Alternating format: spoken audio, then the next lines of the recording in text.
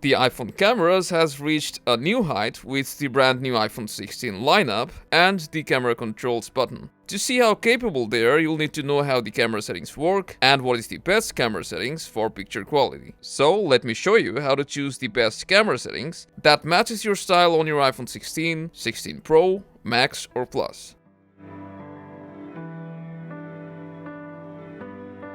The camera control button has made it very easy to open camera on your iPhone.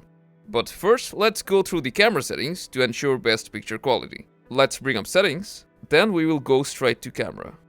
The first option that you want to look at is Photographic Style. Here you can select 4 photos from your gallery and swipe between different styles. If you like one, you can set it to default. Then you can further customize this tone and color using the slider. If you like it, then just tap on Save Tone and Color, and your style will be saved. If you open the camera app, you should be able to see the difference. But it's recommended that you keep it to standard and do the editing after you capture the photo.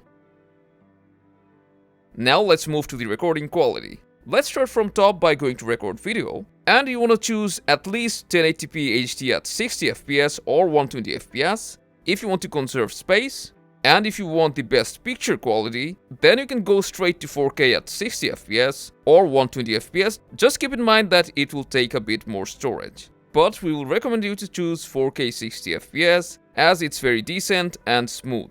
Then we have the slow-mo recording feature. In this case, choose 1080p HD at 240 fps to get the best slow-mo, or you can select 4K at 120 fps to get the best fidelity. But 120 fps will be less slow than 240. Then we have cinematic video. For cinematic, if you want the cinema quality video, then go to 4K at 30 fps. Or you can stick to 1080p to conserve storage.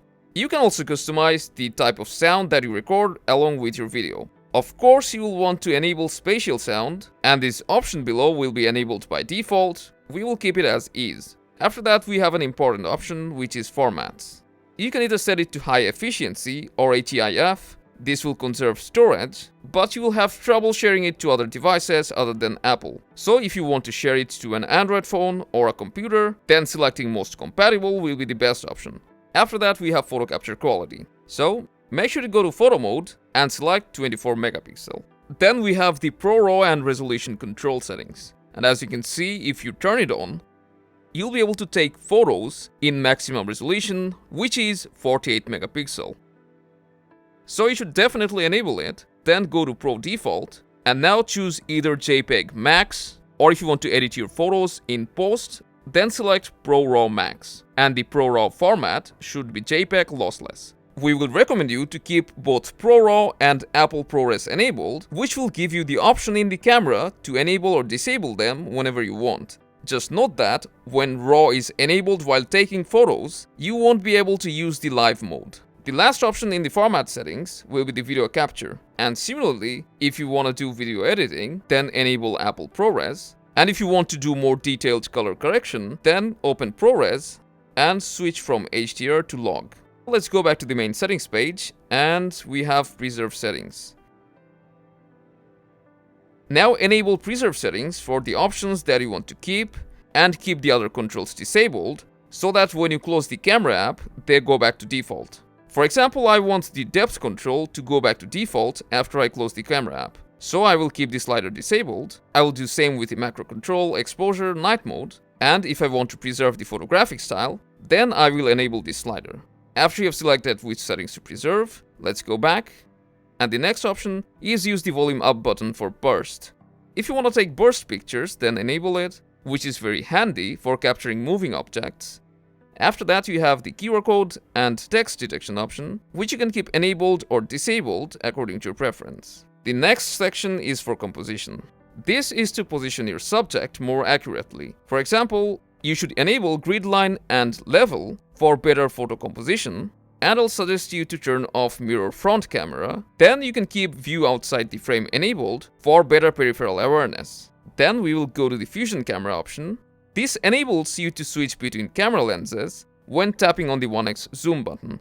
You'll need to enable both the 28mm and 35mm lenses. Then you can choose your default lens according to your comfort. After that, you can enable portraits in photo mode. so that you can create depth effect even if you're not taking photos in portrait mode. After that, the next option is prioritize faster shooting. You should turn it off because if it's enabled, you may get worse image quality if you're taking photos faster. You should keep the lens correction option enabled, and the last option is macro control. If it's enabled, your iPhone will switch to macro mode very often, which can be very annoying. So if you don't take macro photos, then you should keep the macro control disabled.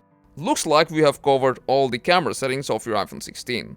And that's all you need to get the best picture quality out of your iPhone 16's cameras. If you believe this helped, you can let us know by leaving a thumbs up, support us by subscribing, and I'll see you around.